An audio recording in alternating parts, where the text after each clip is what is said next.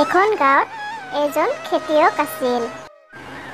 সেই খেতিয়কজনৰ এখন বিশাল খেতি পথাৰ থকাৰ লগতে ভালেমান পোহনীয়া জীৱ-জন্তু আছিল। খেতিয়কে তাৰ খেতি পথাৰ আৰু পোহনীয়া গৰু গাই হাঁহ ছাগলীবোৰ ৰাখিবৰ নিমিত্তে এজাক কুকুৰক প্ৰতিপালন কৰিছিল। কুকুৰবোৰ প্ৰভুভক্ত প্ৰাণী।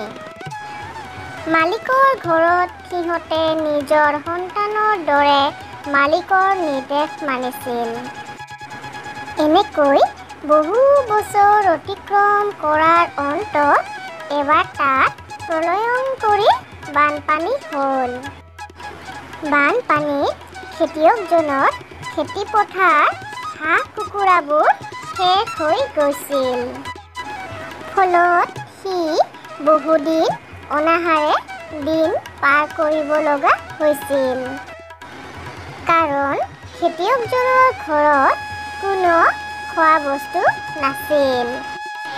অৱশেষত সি ঘৰৰ ইটো সিটো জন্তু মাৰি খাবলৈ আৰম্ভ কৰিলে।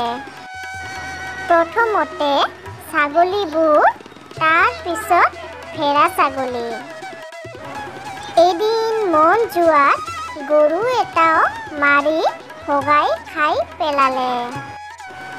তেনেকুৱা নিষ্ঠুৰ কাণ্ড কাৰখানাবোৰ কুকুৰৰ জাকটোই লক্ষ্য কৰি আছিল। পেটে পেটে সিহঁতৰ মালিকলৈ সন্দেহৰ ভাৱ উপজিল।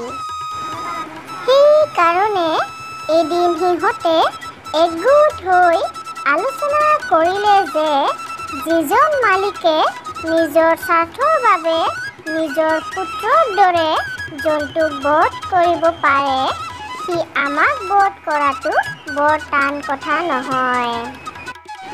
গতিকে সময় থাকোঁতে পলুৱাই যুগুত। ইয়াকে ভাবি এদিন সিহঁতে মালিকৰ ঘৰ ত্যাগ কৰিলে। গতিকে এই সাধুটোৰ পৰা আমি এইটোৱে শিকিলোঁ যে নিষ্ঠুৰজনৰ সংগ ত্যাগ কৰাই জ্ঞানীৰ পৰিচয়।